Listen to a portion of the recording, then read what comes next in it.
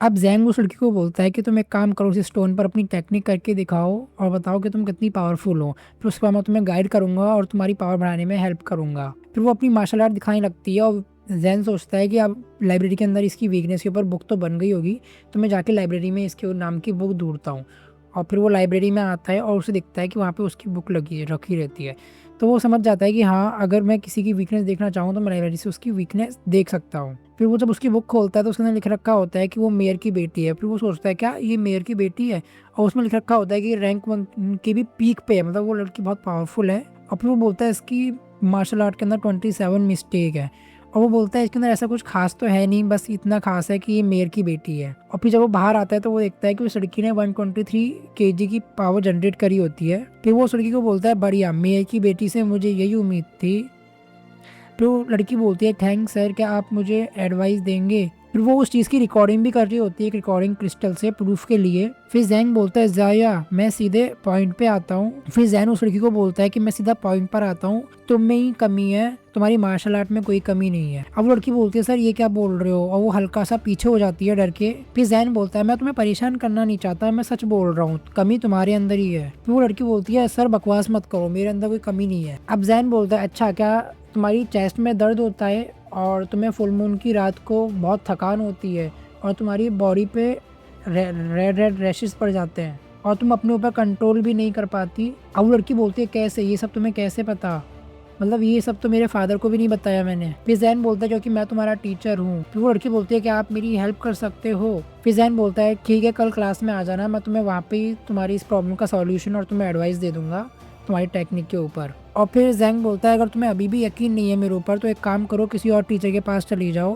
फिर वो लड़की बोलती है नहीं नहीं सर, ऐसा नहीं है, मैं कल क्लास में आ जाऊंगी। फिर जैंग बोलता है और उस रिकॉर्डिंग क्रिस्टल को भी तोड़ देना जो तुमने पीछे छुपा रखा है अपने। और वो बोलता है कल तुम क्लास में आ जाना, अगर तुम लेट हुई तो मैं तुम्हें पनिशमेंट दूंगा। अब तभी वहाँ पे अंकल याव आते हैं और बोलते हैं यंग लेडी, आप इसको अपना टीचर नहीं बना सकती, ये आपको पढ़ाने के लिए क्वालिफाई नहीं है, मतलब जिसको खुद कुछ नहीं आता वो आपको कैसे पढ़ा सकता है। अब अंकल याव जैंग से बोलते हैं कि यंग लेडी को अपनी क्लास से नाम वापस लो वरना मैं प्रिंसिपल को शिकायत करूंगा। अब तभी अब वो लड़की बोलती है अंकल याओ, मैंने सर को खुद की मर्जी से अपना टीचर चुना है, आप प्लीज़ ये सब खराब मत करो, मैंने बहुत मुश्किल से उन्हें अपना टीचर बनाया है। फिर अंकल याओ बोलते हैं क्या सच में आपने खुद की मर्जी से इसको अपना टीचर चुना है, क्या इसने ऐसा बोला आपको कि आपकी पावर बढ़ा सकता है, सच में ये बहुत बड़ा झूठा है, मेरे को लगा ही था ये ऐसे ही यंग लेडी को फंसाएगा। फिर वो लड़की बोलती है नहीं नहीं ऐसा नहीं है अंकल याओ, प्लीज़ ऐसा मत करिए। अब वो लड़की बोलती है नहीं ऐसा नहीं है अंकल याओ, मुझे इन्हीं सर का स्टूडेंट बनना है क्या।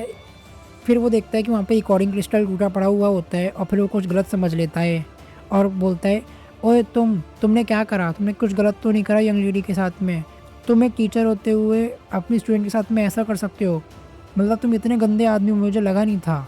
और फिर वो बहुत गुस्से में बोलता है मैं तुम्हें छोड़ूंगा नहीं। अब जैंग बोलता है अबे ये क्या बक रहा है बे, मैंने क्या करा, मैंने तो कुछ गलत करा ही नहीं और तुम खुद ही इतना ज़्यादा सोच रहे हो। अब वो लड़की बोलती है अंकल यार आप ज़्यादा सोच रहे हैं, ऐसा कुछ नहीं है और आप मेरे साथ चलो वरना मैं आपसे कभी बात नहीं करूँगी। अब वो बोलता है यंग लेडी सुनो तो। फिर यंग लेडी बोलती है नहीं कुछ नहीं, अब चलो आप जल्दी से मेरे सामने, मुझे कल क्लास के लिए रेडी भी होना है। अब तमें हमें दो स्टूडेंट दिखाए जाते हैं, वो बोलते हैं जैंग यंग तुम अपसेट मत लो, क्या हुआ अगर तुम्हें वैंग सर ने एक्सेप्ट नहीं करा अपने स्टूडेंट के रूप में, अभी भी बहुत सारे टीचर है इस अकेडमी में जो कि तुम्हें पढ़ा सकते हैं अच्छे से। फिर वो लड़का बोलता है कि नहीं तुम ऐसा मत बोलो क्योंकि तुम्हें तो उन सर ने एक्सेप्ट कर लिया और मुझे नहीं करा, तुम्हारे लिए ये सब बोलना बहुत आसान होगा क्योंकि तुम उनके स्टूडेंट बन चुके हो, पर मुझे ही पता है कि उनसे अच्छा स्पीयर टीचर पूरे होंगक्यान अकेडमी में कोई नहीं है। तुम्हें जिसको अपना टीचर बनाना तुमने उनको बना लिया, पर मैं उनको अपना टीचर नहीं बना पाया और मुझे बहुत बुरा लग रहा है इस बात के लिए। हाँ मुझे पता है, और वो देखो सामने एक और क्लास है, अपन उसमें जाके देखते हैं उसके अंदर कोई अच्छा टीचर मिल जाएगा। तभी वो लड़का बोलता है नहीं मैं नहीं जा रहा, पर वो बोलता है नहीं चलो चलो, और वो उसे खींच के लेकर आने लगता है अपने साथ में। तभी वो दूसरा स्टूडेंट बोलता है मुझे लगता है कि ये टीचर की टेक्निक भी बहुत अच्छी होगी, पर वो पीछे लड़का बोल रहा होता है नहीं नहीं ये हाउस कितना गंदा लग रहा है, मुझे नहीं लगता है आपको अच्छा टीचर होगा। अब तभी वो स्टूडेंट बोलता है आगे वाला कि चलो चलो एक बार देख तो लेते हैं, अगर कुछ नहीं हुआ तो अपन वापस चले जाएंगे, क्या हो रहा है। अब तभी हमें जैंग दिखाया जाता है जो कि उनको बोलता है क्या तुम्हें मेरा स्टूडेंट बनना है। अब तभी वो आगे वाला स्टूडेंट बोलता है हाँ सर, इसे ना स्पीयर बाउस चलानी आती है, आप इसे कुछ एडवाइस दो और इसे अपना स्टूडेंट बना लो। अब जैंग बोलता है अच्छा ठीक है, तो फिर तुम अपनी स्पीयर की टेक्निक करके दिखाओ, फिर मैं तुम्हें गाइडेंस दूंगा। अब तभी हमें जैन दिखाया जाता है जो कि अपने मन में सोच रहा होता है कि फिर से दो बुद्धू मेरे जाल में फंस गए। और अब वो जो स्टूडेंट होता है वो बोल रहा होता है कि जाओ इसे गाइड करने के लिए अपनी टेक्निक दिखाओ, ज़्यादा बड़ी बात नहीं है। और फिर वो लड़का भी बोलता है अच्छा ठीक है मैं दिखा रहा हूँ अपनी टेक्निक। अब वो लड़का सोच रहा होता है कि इस क्लास को देख के मुझे लगता नहीं है कि ये टीचर ज़्यादा अच्छा होगा, ये कोई एवरेज सा ही टीचर होगा, और अगर ये मुझे पढ़ाने के लिए क्वालिफाइड नहीं होगा तो मैं इसे अपना टीचर नहीं बनाऊंगा। और फिर वो अपनी टेक्निक करने लगता है और उसकी टेक्निक बहुत खतरनाक है और उसकी पावर आती है 123। और फिर वो पीछे मुड़ के बोलता है सर अब आप मुझे कोई एडवाइस दीजिए। और फिर वो मन में सोचता है मुझे नहीं लगता ये ज़्यादा अच्छा टीचर है। अब वो पीछे देखता है तो उसे पता चलता है कि वो जो टीचर था वो उसकी टेक्निक देख भी नहीं रहा होता। अब तभी जैंग बोलता है देख के तो ऐसा लग रहा है कि तुम्हारा रिलेशनशिप अभी एंड हुआ है और तुम्हें किसी इंसान ने बहुत परेशान करा है और बहुत बेइज्जत करा है। अब तभी वो लड़का बोलता है सर क्या आपको कैसे पता, मुझे एक लड़की पे क्रश था और मैंने जब उसको इस प्रपोज करा तो उसने मुझे रिजेक्ट कर दिया। अब तभी वो दूसरा वाला स्टूडेंट जो साथ में आया होता है वो बोलता है क्या तुमने ये बात मुझे भी नहीं बताई, अपने दोस्त को भी नहीं बताई। अब वो स्टूडेंट बोलता है नहीं मुझे लगा था कि मैं तुम्हें ये चीज़ बाद में बता दूंगा और ये मेरा प्राइवेट मैटर था इसलिए मैं तुम्हें परेशान नहीं करना चाहता था। और फिर वो स्टूडेंट बोलता है पर सर ये मेरी स्पीयर के अंदर तो आपने कोई टेक्निक नहीं बताई है, गाइडेंस नहीं दी, आप मुझे कुछ गाइडेंस दीजिए। अब तभी जैंग बोलता है नहीं तुम गलत हो, तुम्हारी टेक्निक तो बहुत अच्छी है और तुम्हारी पर्सनैलिटी को सूट भी करती है, बस जब से तुम्हें उस लड़की से रिजेक्शन मिला है तुम अंदर ही अंदर अपने अंदर फियर पाल रहे हो जिससे तुम अपनी टेक्निक को पूरे इंटेंट में यूज़ नहीं कर पा रहे। और तुम्हें क्या लगता है कि अगर तुम कहीं भी अपनी टेक्निक वगैरह दिखाओगे तो तुम्हें सब लोग रिजेक्ट कर देंगे, इसीलिए अब तुम्हारी स्पीयर के अंदर वो वाली बात नहीं रही। और जब तक तुम इस ट्रॉमा को भूल नहीं सकते जब तक तुम अपनी टेक्निक को अच्छा नहीं कर सकते। और तुम जैसा कि देख ही पा रहे हो कि तुम्हारे ब्रेकअप के उससे तुम्हारी स्पीयर के अंदर कितनी वो हुई है। पर सर आपको कैसे पता कि मेरी रिलेशनशिप अभी एंड हुई है, और आपको कैसे पता मतलब इतना सब कुछ पर्सनली मेरे बारे में, मेरी पर्सनैलिटी के बारे में। अब तभी जैंग बिल्कुल प्रोफेशनल की तरह बोलता है कि ऐसा नहीं है, ये कोई सरप्राइज़ होने की बात नहीं है, तुम्हारी जो स्पेयर की टेक्निक है वो तुम्हारे स्टेट ऑफ माइंड को डिफाइन करती है। जैसे कि स्पीयर बिल्कुल सीधी होती है और स्ट्रेट होती है और मतलब उसके अंदर एक कड़कपन होता है, वैसे ही तुम्हारे अंदर भी जब तक वो कड़कपन और वो स्ट्रेट और सीधे रहने की भावना नहीं आएगी जब तक तुम उस स्पीयर को अपने फुल पोटेंशियल तक यूज़ नहीं कर सकते। और तुम्हारी टेक्निक भी बहुत अच्छी लग रही है और स्मूथ लग रही है, पर तुम्हारे अंदर ही कुछ ऐसी कन्फ्यूज़न है इसके चक्कर में तुम उसको पूरा बाहर तक नहीं लेके आ पा रहे हो उस टेक्निक को। इसलिए मैंने तुम्हें बोला कि तुम अपने इमोशन से डिस्ट्रैक्ट हो और तुम जब तक उसको ओवरकम नहीं करोगे तुम अब एक अच्छे स्टूडेंट नहीं बन सकते। क्या सच्ची सर ऐसा है? यहाँ तक कि सबसे खतरनाक स्पीयर के टीचर मिस्टर वैंग भी ये बात को नहीं बोल सकते होंगे क्या?